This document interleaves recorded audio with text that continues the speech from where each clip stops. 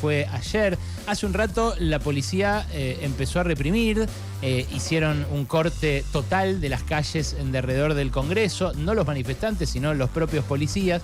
Pero adentro del Congreso, ¿qué pasa, Vulcano? En este momento en el Senado se están discutiendo los decretos que modificaron el Banco Nacional de Datos Genéticos, Vialidad Nacional, el INTA, el INTI.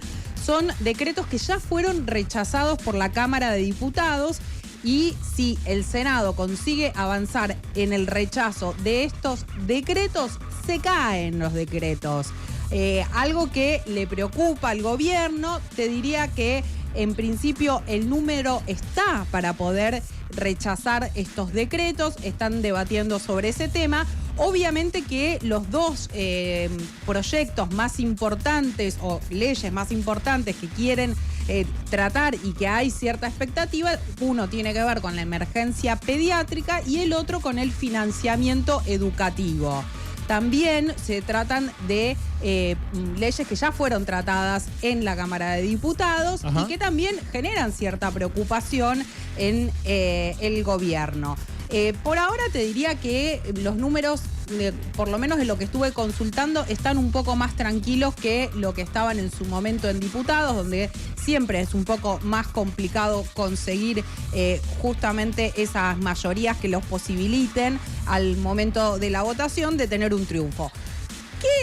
¿Qué pasó ayer, Ale, en la Cámara de Diputados? Que me parece importante remarcar porque hubo una celebración muy grande respecto a lo que fue la ley de emergencia en discapacidad, porque había, bueno, ¿se están los votos? ¿No están? Sí, están. Finalmente no, la oposición... Además las familias estaban ahí en la puerta. Sí, las familias, pero los jubilados también estaban en las puertas. Y sin embargo, no salió el aumento para los jubilados.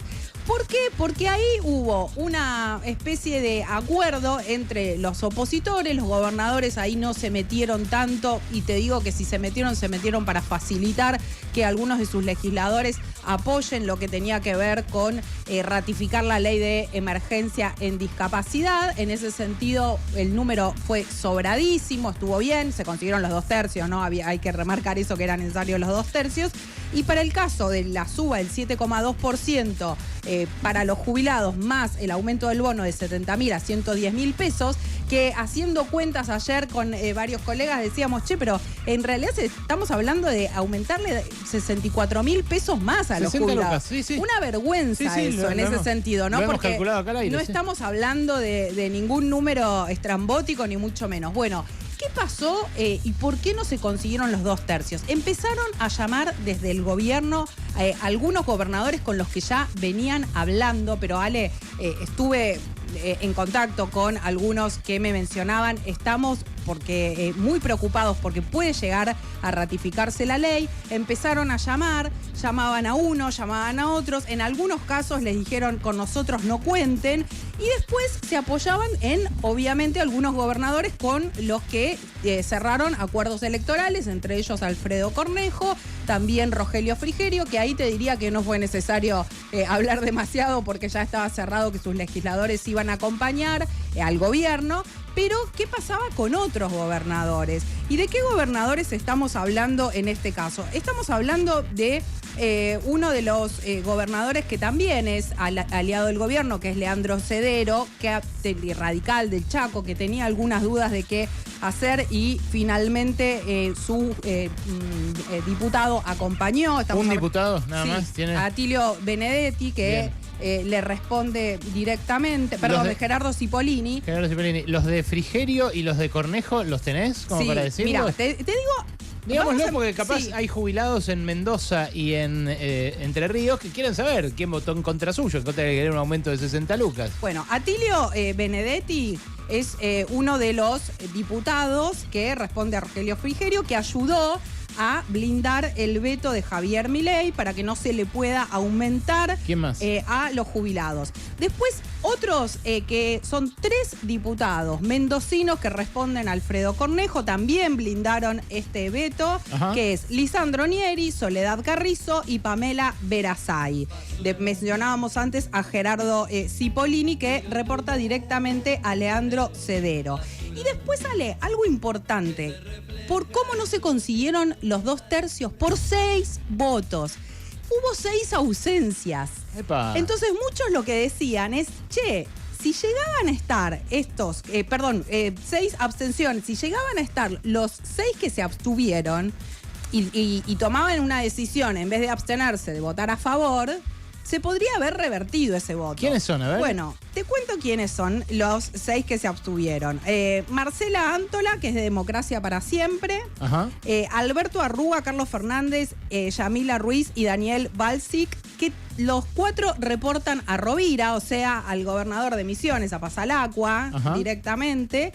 Y María Eugenia Vidal, que se abstuvo. Esto es muy impresionante, porque vos escuchabas los discursos previos de Vidal y todo indicaba que, bueno, iba a votar a favor, porque venía diciendo la situación de los jubilados. Ella había presentado un proyecto para los jubilados que se lo pagaban en 12 cuotas, que era una vergüenza, digámoslo así, perdón, pero era una vergüenza. Claro. Y bueno, dijo, está bien, no sale mi proyecto, pero pensaban que en esta ocasión podía llegar a acompañar. Bueno, no, decidió abstenerse, estaba sentada ahí, se abstuvo.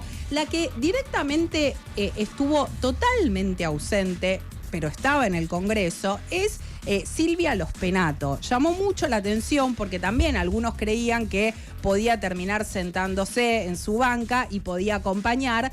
Votar para rechazar el veto, digamos, para que claro, se haga el aumento. a favor de los jubilados, porque también ya se cerró todo en el PRO, ella quedó afuera de toda lista, está bien, va a ser legisladora y demás, pero claramente quedó fuera del armado que tiene hoy el PRO. Y sin embargo blindó el veto también. Sí, un rato. Es fundamental esta columna que estás haciendo, Gaby. Fundamental. Ya dijiste los 4 de Rovira.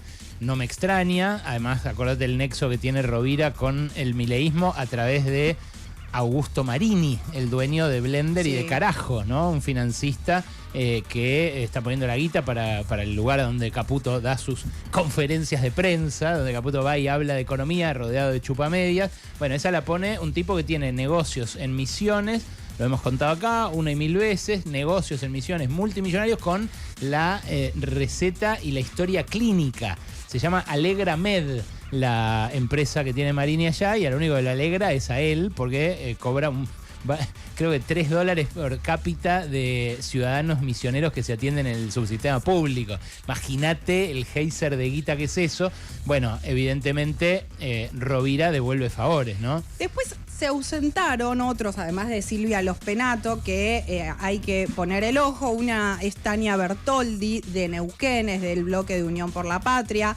Dante López Rodríguez, de Catamarca, que también es de Unión por la Patria. En algunos casos lo que te decían es que tenían que ver con cuestiones de salud. Bueno, ahí es difícil saber si efectivamente es así o no. Anda resfriado, capo. Se va a andar resfriado. Pablo Autes, que es de Innovación Federal, que es de Salta, que responde a Sáenz. Entonces, ahí hubo un trabajo muy, muy grande de los gobernadores para poder blindar el veto de Milei.